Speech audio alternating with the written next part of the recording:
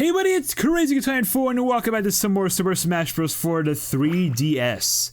In the last episode, we of course went through All-Star Mode with Wario, but specifically in the plumber outfits, as his classic look is. We went with that one, it was pretty fun. In this episode though, we're going to be heading through All-Star Mode with Mr. Game & Watch, the 2D fighter himself. Which color are we gonna go through? Because he has like straight up colors. I mean, he's got some pretty cool ones. The white one's really cool, like this white grayish one. The red one's really nice. I'm gonna go with my personal favorite though, which is gonna be the cyan color. I don't know, I like it a lot. That's the one we're gonna be rocking with today. So let's go for it and let's just see how things go. What stage are you playing with, by the way? Well, I'll take Boxing Ring, sure. There's the other Game & Watch. So Game & Watch, I mean, like, I think he's gonna be pretty alright for this. He's got some good moves, definitely for killing especially. I think Game & Watch is gonna be pretty solid for playing through All-Star Mode, that's for sure. I want to see if I can try and get a kill with the 9. That would be amazing. At least just the one, you know what I'm saying? I got actually, I played Smash Ultimate with one of my friends recently this past weekend. And I played a Game & Watch, and I actually got a 9 on him. Just like out of the blue, it just happened. It was so freaking cool, though. Okay, I'll kill with a 6. That's pretty cool. I do want to kill with a 9, though. A 9 would be like the dream. There we go. We got it. Let's get it. Oh, I love killing with the 9. It's just so satisfying. The bam. Oh, it's such a good sound too. Like it's like when you're hitting with the home run bat. It's like the exact same. Okay, but we've got some trivia to read through. Game & Watch, for some reason, has way too much damn trivia to go through. So we're gonna be taking some breaks in these rest areas. So let's like not spending more time yapping. Mr. Game & Watch's official artwork in Super Smash Bros. 4 is the first in a series to feature him without his belt. It is also the only one to not feature an item in his hands, as his ultimate iteration has the flag from his up tilt. Mr. Game & Watch was the only veteran to be officially shown, but not confirmed before Smash for 3DS's release, due to him having been revealed in Pac-Man's trailer. And as noted within Pac-Man's trailer, Mr. Game & Watch is one of the 2 oldest characters among the cast. He and Pac-Man debuted in 1980, a year before Mario and Donkey Kong. However, Mr. Game & Watch debuted 1 month earlier before Pac-Man, making him the oldest of the cast. Mr. Game & Watch is one of 3 characters to have been teased before their official reveal, with the other 2 being Dark Pit and Duck Hunt. So, yeah, Mr. Game & Watch is an old boy. Definitely an old boy. Hence why he's like the very first character that we are fighting in All-Star Mode. Was that 5? Nice, that's a really good number to pull. But yeah, Game & Watch and Pac-Man, as you could probably imagine, are the 2 oldest characters in the game. Obviously, as mentioned, being or debuting, you know, making their first video game debut in 1980, which is pretty crazy. But Game & Watch is just like a tad bit older, so he's like really the grandfather in this game, isn't he? Really just the grandfather of everyone, which is pretty funny. But yeah, so Game & Watch, I mean, like, it's kind of cool kind of seeing Game & Watch in Smash, like after like just, you know, the thing that he originates from. I'm not gonna lie though, it would be really cool to like own some of the original Game & Watch consoles. I definitely want to, that's gonna be like a goal in the future, absolutely. That'd be really, really fun to have, you know, in my arsenal. What is that? I think it's some Kraken from my Kid Icarus Uprising. Alright, next piece of trivia, let's see. Mr. Game & Watch was the last veteran to be shown as a playable character by an official source, as Jigglypuff was shown off multiple times in the 50 Fact Extravaganza, while Mr. Game & Watch was not revealed until after the Direct was over. As he has an outline of his own, Mr. Game & Watch does not use a black outline like the rest of the characters for the 3DS version. As a result, it is his gray and white outline that changes colors to denote his team affiliation and other such effects. Unlike his other attacks, Mr. Game & Watch's down tilt is rendered in 3D. This is also the case in Brawl. However, it will be rendered in 2D if it is used at the edge of a stage/platform, or if used on 2D stages like Flat Zone X, Flat Zone 2, and Super Mario Maker, etc. So yeah, pretty cool stuff. A little bit more about like him being revealed as a fighter. I kind of like that little bit of trivia talking about how like his down tilt is like the only move of his to actually like have being rendered in 3D. I don't know why they did that, but it's not a bad down tilt. It's a pretty good one. There's like some weird properties that it has to it. Sometimes it can like send an opponent flying. It's a very strange down tilt to say the least. But yeah, I don't know why they decided to render that in 3D. Very strange in my personal opinion, but still pretty cool. And the fact that it also like changes depending on the stage that he's playing on, that's also really sick. A little bit of attention to detail there, I will say. Smash always really comes in very handy with like the attention to detail, really making sure that they're like, this is like an insanely good game, you know what I'm saying? I would like to spike with the key, but it's really difficult because like Game Watch really extends himself downwards as well, so it's like, you know, if you messed up and you can't recover, then it's like, what do you even do, right? Let me see if I can get it on here. Nah, it has to be like, I think it has to like be on the edge of the key and only. Oh, okay, I kind of did it there, but they made it back onto the platform or the stage, which is annoying. Man, it's a tough one to spike with, especially in like the solo modes when like you're trying, you know, not to die. So, you know, you only have the one life to work with. You can be a little riskier in like actual matches, but yeah. Alright, let's see what else we got. Mr. Game Watch has many various animations in the 3DS version that are different in comparison to how they appear in the Wii U version. The parachute used in Fire, which is his up B, and its custom variations spreads further out in the 3DS version than in the Wii U version. When using the up air, his head visibly inflates then deflates in the 3DS version, but remains stagnant in the Wii U version. That's pretty interesting. I don't know why it remains stagnant in Wii U. Let's see what else. His hands in 3DS version are spread out when running, but in the Wii U version, his hands are clenched fists. Oddly, when Mr. Game Watch performs his taunts, his hands change back to how they appeared in Brawl, but this only occurs in the Wii U version. In the 3DS version, Mr. Game Watch performs his hopping idle pose rather than a taunt after choosing a path in classic mode. And Mr. Game Watch, Wii Fit, and Bayonetta are the only 3 characters to have special charging sounds for their smash attacks. In Game Watch's case, it's a low-pitched beeping noise. He is also the only veteran with this trait. So, yeah, I mean, Game Watch, I don't know why he has so much trivia to him. I guess he's a pretty interesting character. Yeah, I mean, again, pretty cool, like, just seeing more about him. And, like, just, like, how he's just weird. I mean, I guess he's, like, the only, like, 2D fighter in the game. I guess really in the series. So it's pretty cool to like just kind of read more about him. He's gonna have a lot more to talk about than other characters do, of course. I wish I hit that 6, I would have killed someone. Come on, forward smash, there we go, get out of here. Or the down tilt, not the down tilt, the down smash is also a really good option. Sometimes it sends characters like upwards, but sometimes it sends them like sideways. Very strange properties to that move, but I don't know, it's weird. Game Watch is just weird in general, but we love him. That is exactly why we love him.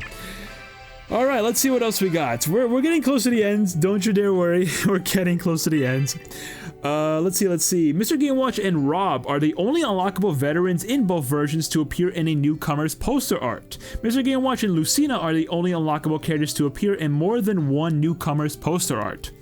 Although he lacks visible eyes, Mr. Game Watch's character selection screen portrait in the Wii U version still emits the small sparkle effect when he is selected, with the sparkle appearing where his eyes would be positioned. This also applies for performing final smashes, which focuses on where his eyes would be, as with other characters. This distinction has been carried over with his ultimate iteration. Let's see, I guess we'll read one more. If Mr. Game Watch wears a Franklin badge, screw attack, or rocket belt, it is revealed that he does not have a mirrored stance and instead uses his left arm in most of his attacks, like in Melee and in Brawl. So, yeah, some more stuff. He's definitely, I mean, like, again, like I mentioned with his trivia, a lot to talk about, but he's definitely becoming, like, one of the most interesting characters to talk about just because of, like, who he is and like all the different pieces of trivia that he's in. Maybe they just treated him very differently compared to a lot of characters, which makes sense. But yeah, it's very interesting to read all this stuff that you can watch. But it's cool. It's cool. I'm definitely learning a lot of new things with this trivia stuff in these episodes. Can I like make it back? Okay, I was about to say. I don't know why the hell this game makes me like continuously play on Spirit Train. I do not like this stage. Why do you keep giving me this stage to play on? Like, there's so many other better stages that I can play on in this stage in All-Star mode. In stage, what is it, 5 or something? And yet they keep giving me freaking Spirit Tracks or Spirit Train, whatever it's called. It sucks. I mean, like, give me, honestly, I wouldn't mind Magicant, for goodness sake. I would not mind Magicant. Like, give me Magicant, give me Midgar. Give me Midgar, that's a really good one as well. So I don't know why, let's go 9, second one, today's episode, let's get it. I don't know why they keep giving me these really strange choices for stages. Very, very strange choices. Alright, 2 more rest areas to go for, but we only have 2 more pieces of trivia, technically. So I guess we'll read one, we'll read the last one and next one. Let's see, Mr. Game Watch is one of 4 characters whose placement differs on the character selection screen between the 3DS and Wii U versions, along with Little Mac, Duck Hunt, and Shulk. In the 3DS version, Mr. Game Watch is between Wario and Donkey Kong, but in the Wii U version, Mr. Game Watch is between Diddy Kong and Little Mac. That's another thing I actually noticed, very... I guess it's not like super noticeable, but definitely for some characters it is. How like their placement does change on the character selection screen depending on which version you're playing. If it would be the Wii U version or the 3DS version. Obviously, one of the biggest, or 2 of the biggest ones that I primarily noticed are, of course, Game & Watch and Little Mac. Those are the main 2. The other 2 I actually did not even know about until they mentioned it. So maybe next time I play the Wii U version, I'll realize it. I'll be like, oh shoot, that is different.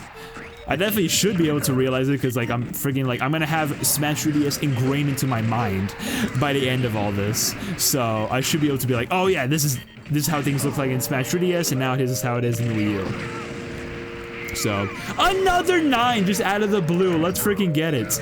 Oh man, if only this was like in one of the tournaments. Oh, I need to make another tournament. Oh, it's been so long since we had a tournament on the channel. I need to do another one. They're so fun to make. And to just like host and to do, oh man, and to participate in. I need to do more of them, but they're so difficult to do, especially like now, where it's like, where are we gonna host it, you know what I'm saying? Where will we even host this next tournament, or future tournaments in general? It's tough, it's something to think about, that's for sure. Alright, last bit of trivia for our boy Game & Watch. His stock icon is different from his artwork in this game, as it's just his head with his mouth closed. All of the stock icons have black outlines instead of the outlines the Game & Watch alternate colors have. All of Mr. Game & Watch's color swatch stock icon colors are lighter than the actual fighter, except for the yellow and the white ones. So one final piece kind of talking about the stock icon. I've always liked the stock icons throughout the series. How it's like, it's primarily just like either a character's like head, or it's like kind of like part of their emblem, sort of. Like I know for Captain Falcon back in like Smash 64, it was, I think it was supposed to signify the Blue Falcon, at least that's what it looked like to me. Kind of like the back of the Blue Falcon, because it did not look like his head. I will say that, it did not look like his head at all. Also, why did that move do so much freaking knockback to me? That was crazy. But yeah, then it's like in Brawl. Brawl's the weirdest one, because for some reason in Brawl they decided to I think it's only Brawl 2. They decided to change the stock icons to these colored circles. So like it would, I'm pretty sure it would just match up with like the characters, where like first player would have the red icon, stock icon, second player would have blue, and so on and so forth, while the CPUs would have a gray icon. I don't know why they did that. It's very strange. They did that for like the standard battles, where they could have just like kept them with their original like stock icons. But yeah, I mean that was a choice they made, so you know, now we just gotta learn to live with it, I guess. But yeah, so a little fun little tidbit of trivia there, of my own trivia. But you kind of know it if you already have paid attention. Can these guys die? Like, please. There's him, and there's you. Goodbye. Good riddance. Thank you. Oh, there we have it. There we go. All-Star mode with Game & Watch has been beaten. Wow, that is a terrible score. Wait, is it? No, that's a good score. That's a good score. Sorry. I thought, for example, for All-Star mode 3 million was like the standard. I'm like, how did I do so bad with Game & Watch? But no, 2 million, 2.1 million is actually pretty damn good. Also, we got a new move for Game & Watch. Pretty cool. Pretty cool.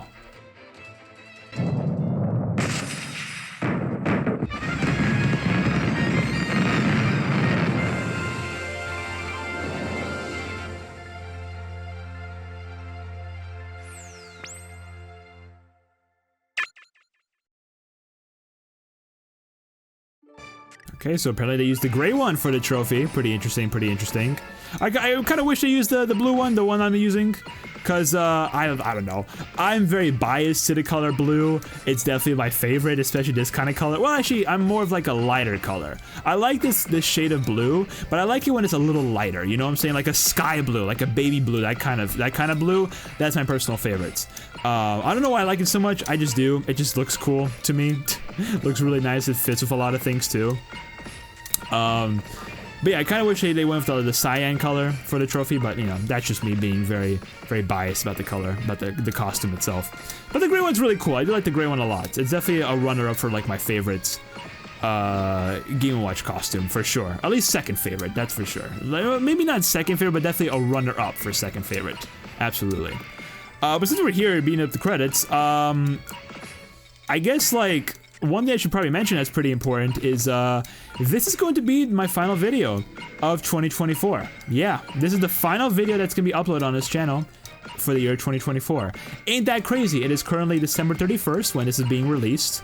And tomorrow, we're going to be in the new year, 2025. Which is weird to think about, but I'm glad. You know, I mentioned this multiple times already, but I'm glad we're getting into the new year. Which is crazy, you know, that we're like already here.